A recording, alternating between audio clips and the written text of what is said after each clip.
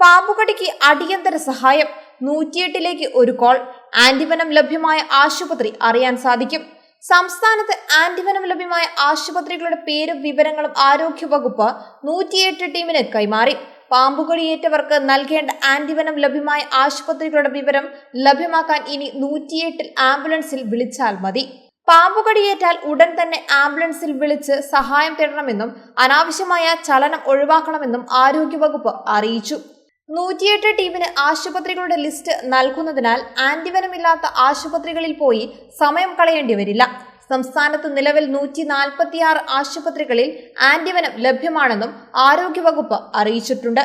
സംസ്ഥാനത്ത് തുടർച്ചയായി പാമ്പുകടിയേറ്റുള്ള മരണങ്ങൾ റിപ്പോർട്ട് ചെയ്യുന്നതിനിടെയാണ് ആരോഗ്യവകുപ്പിന്റെ അറിയിപ്പ്.